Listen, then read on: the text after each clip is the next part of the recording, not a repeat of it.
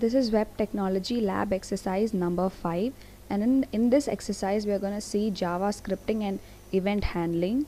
So in this procedure we are going to see how to do many modules of Java scripting, and here we have taken many examples like as you can see, converting the weight, tossing the coin, displaying the number of rows of images that we want, finding the BMI, finding the largest string. So we're going to see how we need to give the JavaScript coding for all of these.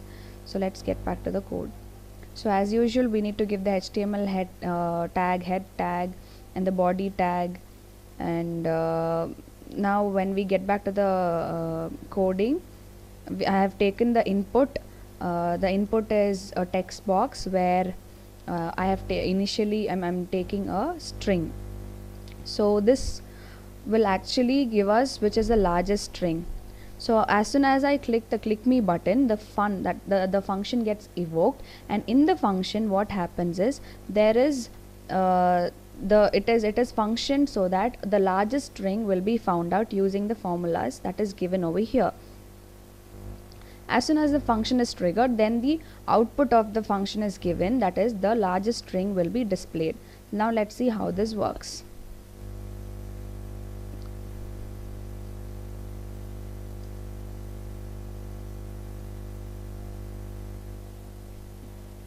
As you can see, university being the largest string in Karunya University, university is being displayed.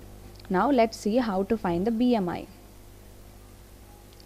The same way, just as how we found out the largest string, there's another module that is being created, and each and every different module we can put it into a script tag so that it will not have any interference with the other blocks.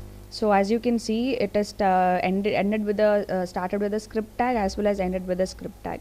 And here we have the BMI. So initially I am taking the weight and the height as the input to find the BMI using the text box, and what I'm gonna do is submit it. That is when I click onto the submit button, the BMI gets generated here. The BMI function gets evoked, and in the BMI function, using the formula BM equal to W divided by H star H, the BMI is found out, and accordingly according to the BM value, we can find out if the person is underweight or normal or overweight or obese, and here we have used if and else conditions for them. Now let's see how this works. Enter your weight, say 50 kg, and then height in meter 5 meters, get BMI. So my BMI is 2 and I'm underweight. So the next one is to print the number of rows and columns of the image that we have given in. So let's see the code for it. Here again I have taken another block where I have taken the input as rows and columns through a text box, and when the input is being submitted, what happens is here also the grow function gets evoked, and as you can see there are two images that I have fed in, the same images, and according to the number of rows and columns that I enter, it gets displayed. Now let's see how this works. This is 2, number of columns is 2. So when I give plant, so you can see the image that is being generated here. I said number of rows as 2 and number of columns as 2, so you can see the image being displayed 4 times. Now the next one is weight converter. So similarly, the weight converter also, it's another block. Yeah, as you can see, the values are taken in, then the input is taken through the text box and then converted.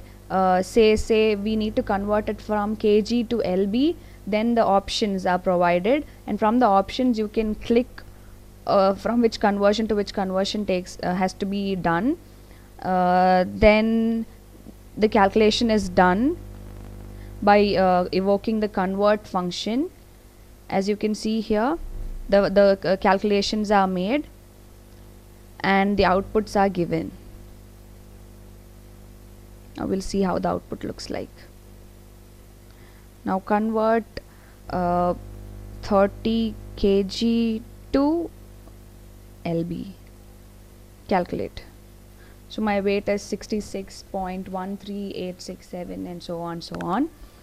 So now let's see how the tossing of the coin takes place. So here also this is another block which is being coded separately using the script tag where the function is being written. So here also there's a button which contains flip, and it counts the number of heads and tails that is being produced when you flip the coin. So when tail occurs, the picture of the tail coin gets displayed. When head occurs, the picture of a head displays. So immediately when you flip and submit, the function flip gets evoked, as you can see in the code, and accordingly the image gets displayed, and the count also keeps on increasing. So let's see how the output looks like. So I flip it once, it's a head, so the number of head is actually counted. I flip it twice, it's a tail now, so the number of tail goes to 1. I flip it again, there's a head again, so the number of head is again changed to 2. I flip it again, it's a tail, so 2. I flipped it again, so it's again at head and head, so the count has become 4. I flip it again, it's again a head, so the count becomes 5.